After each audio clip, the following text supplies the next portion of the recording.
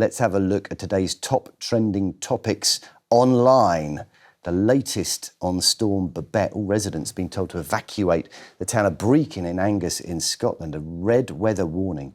The highest level of alert has been issued for parts of eastern Scotland.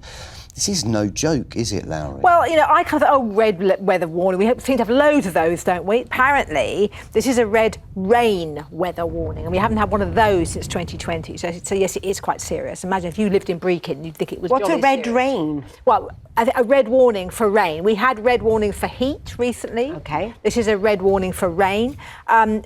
So if you live in Brecon, you've been told to leave your home. So it must be pretty serious. And the threat here presumably is flooding. Is that what they're saying? That's what we're looking at. It's flooding. And for those of us who think, oh, well, that's just Scotland, it's coming this way. It's going to come down the country, this storm. Isn't it, you know, too tempting these days to go, well, thank goodness it's there. Yeah. And, you know, Scotland... I mean, they do have quite bad weather in parts of Scotland. I mean, that was my immediate thought of, thank God it's there. And that's terrible. Yeah. But, you know, if we can expect more of these weather warnings of, you know, because of climate change. If we don't learn from what's happening somewhere like Brecon, and then it comes, I mean, it happens in the Lake District as well, and it happens in our towns and cities as well, because they're not properly equipped. One of the issues I don't know about Brecon is people building on floodplains, for example. So we've always had bouts of bad weather. It's called winter, but unfortunately we've been building on areas. And if you add in climate change, I mean, there's another story today about a place where they have coastal erosion, and the government have basically said, "Oh, sorry, you're going to lose some houses this winter, but you know, nothing to see here, nothing we can do."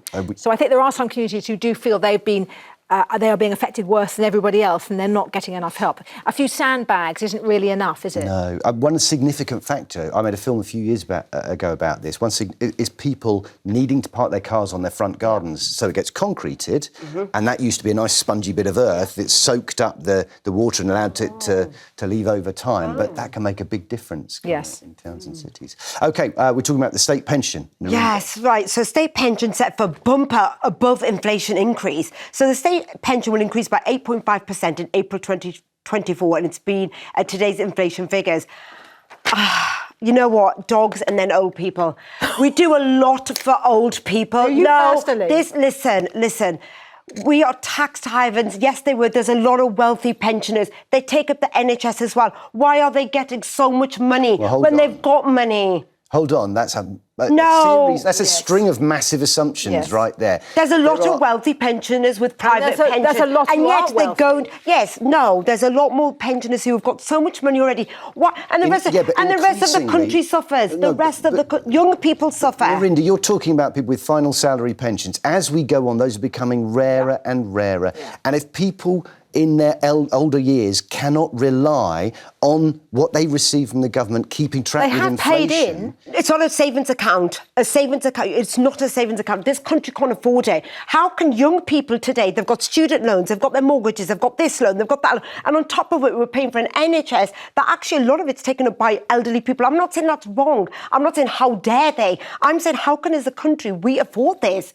How can we afford triple lock pension? Don't we have to? Don't we have to? We should encourage private pensions. That needs encouraging. The question I asked is, Narina, do you have a private pension? No, because I can't afford it. No, she doesn't. So you say we have to encourage private pensions, but you haven't taken But I need out. encouraging. I need the government to say, we're not going to be giving them out, start saving up. But and I do that. They've got mortgage-free houses. People can't afford private pensions like yourself. I can't afford the only way to be able to afford one is to have higher wages. So that means inflation goes up, and before you know it, the pension you've got doesn't cover the basics anymore, so therefore the younger generation have to keep paying out for old people. They have to keep suffering themselves. Students are suffering, young people are suffering, people on benefits are suffering. There's a lot of people suffering, but pensioners who've got mortgage-free homes, a lot of them. A massive assumption. Massive assumption. OK, so therefore let's just keep paying out for triple lock pensions. Inflation could rise, and we'll just keep. Do you think like forced euthanasia at 65? And is that? No, I don't think that. No, not at all. But I think that we shouldn't have triple lock pension. I don't think it's not feasible for this country. OK, let's look at this.